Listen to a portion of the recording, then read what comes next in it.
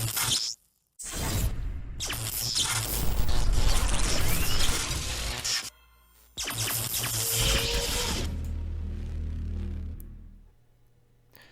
everyone and welcome to another painting tutorial. So today I'm going to be taking you through how I paint some Chaos runes, in particular the Tzeentch runes for my Chaos army. So as always with things like this, it's always nice to have a reference. So as you can see here, I've just Google searched the Tzeentch alphabet. So yeah, you always would like to have a reference for this until of course you got to a point where you knew the symbols off by heart, but even still it's always nice to have that reference there. So I'm going to be working down the right side of the cloak, and I've decided to write in the Tzeentch alphabet the word chosen. I wanted to write ever chosen, but there just unfortunately wasn't enough room for this to work. So chosen being, I suppose in a way, this being a Chaos Lord that Archaon has chosen him. I've explained that pretty badly, but yeah, he's one of Archaon's chosen. So just going to start at the top here. Now I'm just going to be writing this vertically just down the, as I said, the right hand side here of the cloak. So I'm just doing a base coat of Abaddon Black. And just make sure you get a nice consistency. You don't want it too watered down, but at the same time you don't want it too thick either. Just in the case of making an error, if you needed to jump back to the color of the cloak to fix it up.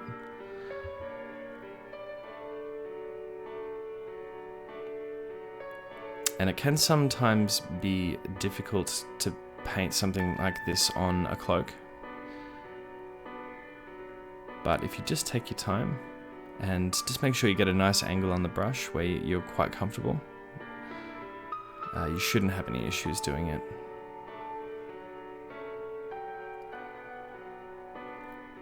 Another important thing to consider when writing or painting with runes, unless of course you're just doing runes for the sake of just them looking good, but if you're actually trying to write a word with the runes, it's a good idea just to practice the size of how you'd be painting the runes, as you don't want to get to the bottom and still have 2 runes to go to finish off a word and then not have enough room.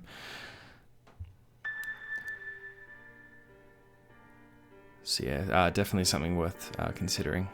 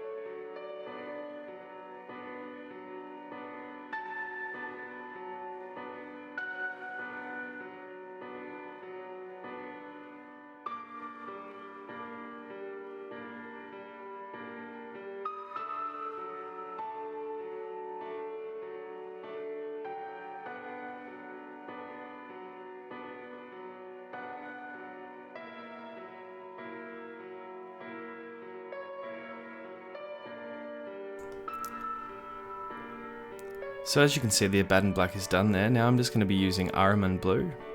But of course you can use any color you want. Always best to consider as well looking at a color wheel and just seeing what colors work well against the colors that you've chosen for the cloak.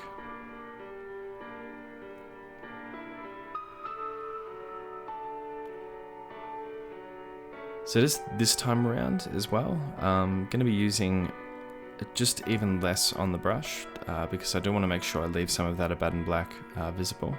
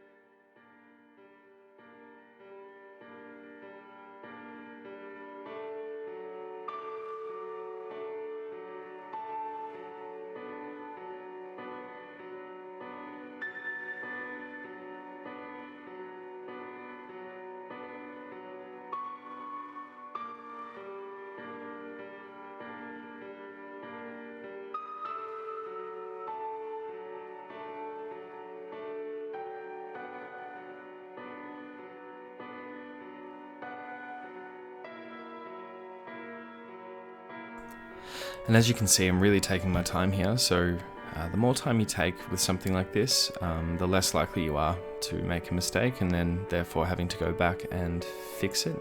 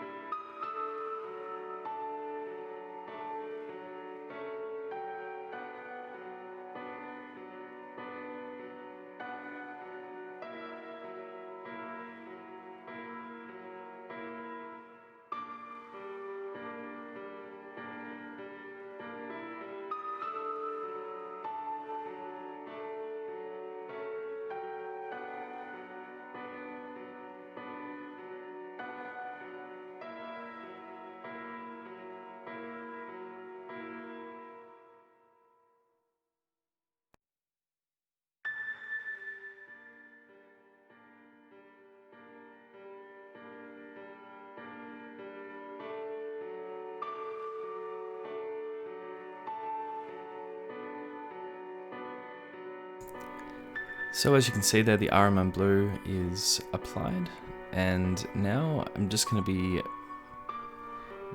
showing you just the wet palette here. And as you can see, I've got all my colors mixed together there. Now I've mixed a little bit of White Scar in with the RMN blue,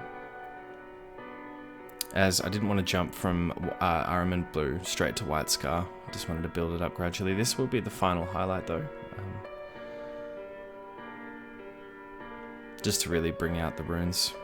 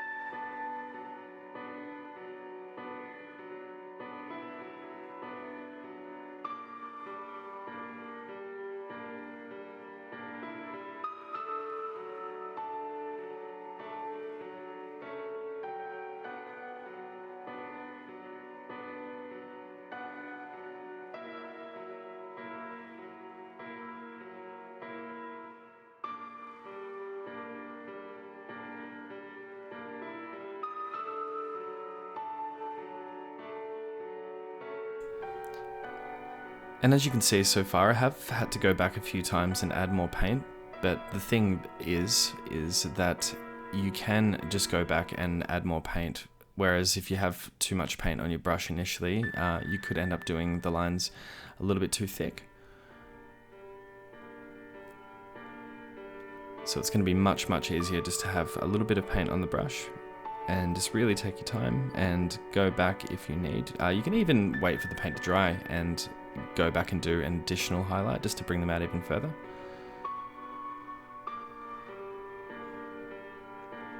But things like this are really worth practicing, even if you just have some spare models, because it's little things like this that can really advance your painting, even just from a confidence level alone. You know, breaking the, I suppose, you know, traditional sort of ways that a lot of people paint. You know, I know speak for myself when I say, I mean, for a while there, I was just kind of consistently painting more or less the same way. It wasn't until a little while back after having returned to the hobby that I finally started to just, take a chance, try different things. And it may not look perfect initially, you may not be 100% happy with it, but it is a step forward in terms of progress towards your painting. So again, definitely worth just trying out little things like this, because it can add, and in my opinion does add, a lot to the miniature as well.